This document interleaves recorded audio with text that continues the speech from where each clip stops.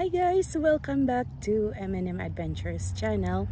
Ngayong araw na to ay pag-usapan po natin ang ano nga ba ang mga adjustment pag ikaw ay nakapangasawa ng hindi mo kalahi. So, ako unang-una ang hindi pagkain ng rice. So, bago pa ako pumunta dito sa Canada, nag-practice na akong hindi kumain ng rice for 6 months.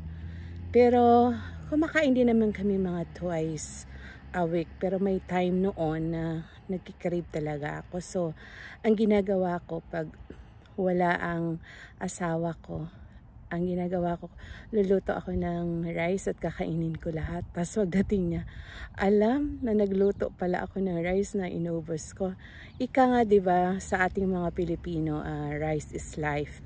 Pag dito naman sa Canada, coffee is life. So, ayun, isa sa mga adjustment namin. Tapos, hindi rin ako magaling magluto.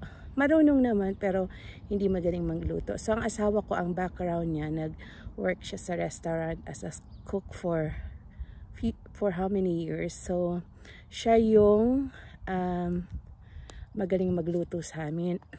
Tapos, siya rin ang namamalengke kasi alam niya kung saan kami pwedeng mamili na makakatipid. Ayun, tapos sa pagluluto din. So, sa pagluluto naman sa mga preparation, kunwari magluto ako ng pansit. Kasi mabagal ako sa kusina. Ang ginagawa ng asawa ko para mabilis, siya na yung magprepare, magkakat ng carrots, ng cabbage, or any gulay na i-add ko sa pagluluto ng pansit. Tapos ako na ang magluluto. Sa ano pa ba, yung adobo naman, ang adobo, hindi ako makapagluto ng way natin kasi gusto niya na lalagyan ng gulay. So, nilalagyan namin ng carrots at saka patatas ang aming adobo. So, yan ang mga few na adjustment. Tapos sa paghuhugas din ng plato, diba, tayong mga Pilipino, sanay tayo na maghugas ng plato na mabula. Naku, ayaw niya. So, kailangan yung ano yung nilagay mo na dishwasher, dishwashing liquid, kailangan tumagal yun ng isang araw. Eh, ako binabasa ko, di ba nawawala yon. Tapos, sabi niya, bakit ko daw pinahihirapan ang sarili ko na maghugas kamay, eh, meron naman kaming dishwasher.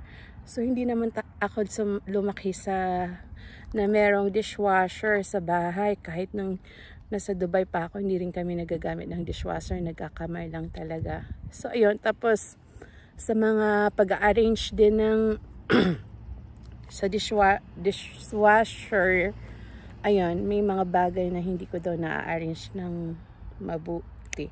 So, ayun, sa mga usually pagkain, communication din, kala ko na magaling na ako mag-English pero nagkakaroon pa rin kami ng miscommunication. Tapos, yung upbringing din, iba yung upbringing ko, iba rin ang upbringing ng asawa ko.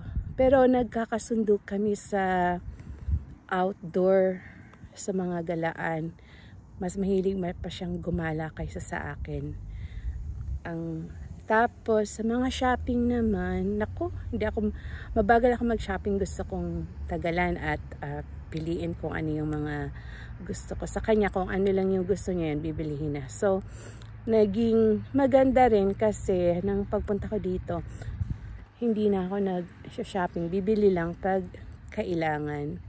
So, yun ang mga sa ngayon na naisip ko na naging adjustment ko ng kami ni Miles, nagsama na sa isang bubong, hindi na nung long distance pa lang kami. Kasi matagal kaming, almost 6 years kaming long distance na kasal na hindi nagsama together. So, ayun, gusto ko lang i-share sa mga wala namang perfect na relasyon. So, nasa inyo na lang yan kung ano, paano niyo pag-uusapan, paano kayo mag-compromise, at paano niyo ayusin ang mga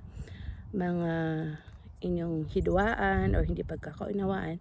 Ang importante, sabi nga sa Bible, di ba? Wag daw matulog ng may sama sa loob. So, pareho kaming ugali namin mag-sorry o mag-ask ng forgiveness bago man matulog or right after ma-realize na mali kami. Or minsan ako yung medyo matigas ang ang Olo. Hindi ako nagsusorry sa kanya right away, pero siya nagsusorry.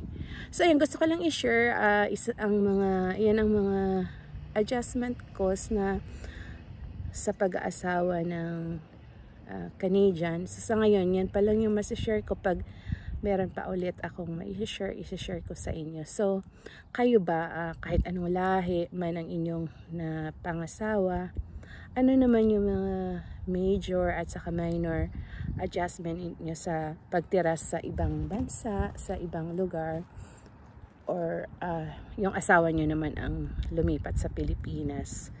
So kasi lahat naman tayo, hindi naman tayo na yung pumunta sa ibang bansa na hindi tayo nag-aral. May mga pinag-aralan naman tayo, pero iba pa rin, may adjustment ka pa rin sa pamumuhay kukumpara mo from your home country or kung saan ka mang bansa na sanay ka ng pamumuhay doon. So ayun, gusto ko lang i-share sa inyo as part of my immigrant journey life here in Canada, at saka sa pagsasama din namin ng asawa ko, living together in same house, hindi na long distance relationship.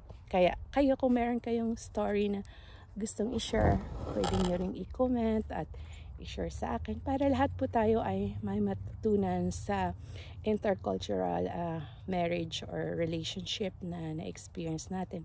Kaya sa susunod naman po, pag-iisipan ko kung anong i-share ko dito about sa buhay ko dito sa Canada as an immigrant.